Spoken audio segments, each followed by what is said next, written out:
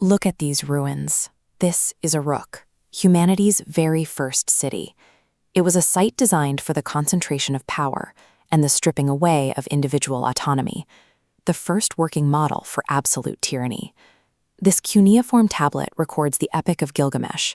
Standard translations usually present a convenient narrative that Enkidu was a wild, tragic hero whose death served to teach the tyrant king Gilgamesh a lesson about human mortality. But the text suggests a more calculated reality. Enkidu was a strategic biological weapon, engineered by the gods specifically to dismantle Uruk's absolute power. He was an existential threat to the concept of the city itself. The story of Enkidu's civilization records a strategic lobotomy. The state encountered a force that could destroy it, and systematically neutralized the threat by bringing it into the fold. Look at this cylinder seal. Before his domestication, Enkidu operated with cosmic autonomy, fully integrated with the beasts. He functioned as an extension of the natural world, outside the reach of human law. He was deployed as an ecological punishment.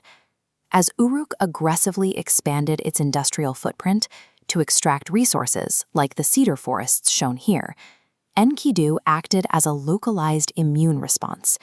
This made him terrifying to the state. You cannot tax, draft, or control a man who exists entirely outside of your economic and social systems. Here is Gilgamesh, establishing himself as the architect of control.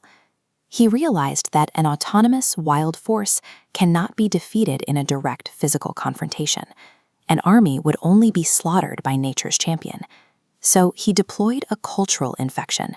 He used the sacred prostitute Shamhat to weaponize desire and basic human passions. She didn't fight him. She introduced him to the idea of comfort.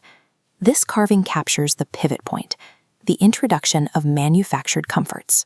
Over 6 nights and 7 days, Enkidu systematically traded his cosmic energy for the predictable safety of bread and wine. The trap snapped shut the moment Enkidu put on clothes. By accepting the garments of Uruk, he subjected himself to the laws of the tailors and the social hierarchy of his enemy. Enkidu lost his speed, his connection to the animals, and his autonomy. He entered Uruk not as a judge of the king, but as a domesticated, mirror-image subordinate. Consider the singularity that occurs if Enkidu looks at that offered bread and wine and recognizes the beat for what it is. He would have launched a guerrilla war of nature. By imposing a total resource blockade, he would have isolated Uruk from its wood and water, effectively paralyzing the city's infrastructure. The city would experience a total psychological collapse as the citizens watched their supposedly divine king stand powerless against an uncompromising natural disaster. This alternate path leads to a biocentric civilization, a reality without state borders, climate collapse, or the existential anxieties that drive our modern industrial expansion. But the myth records a different outcome. When Enkidu accepted the comforts of Uruk, he provided the foundational logic for the state, a system that survives by turning wild threats into domesticated subjects.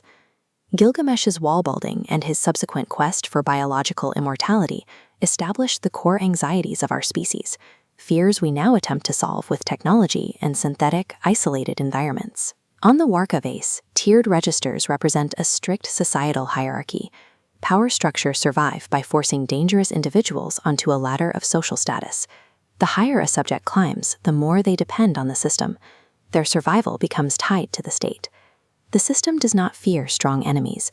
It only fears enemies who do not share its values. We repeat Enkidu's compromise daily. We trade authentic potential for safety in a corporate hierarchy or validation from a digital crowd. Absolute power is often mistaken for the ability to build the highest, strongest walls to protect what we own. The most terrifying force in this history is the one that forces those walls into existence in the first place, the wild potential that refuses to be contained.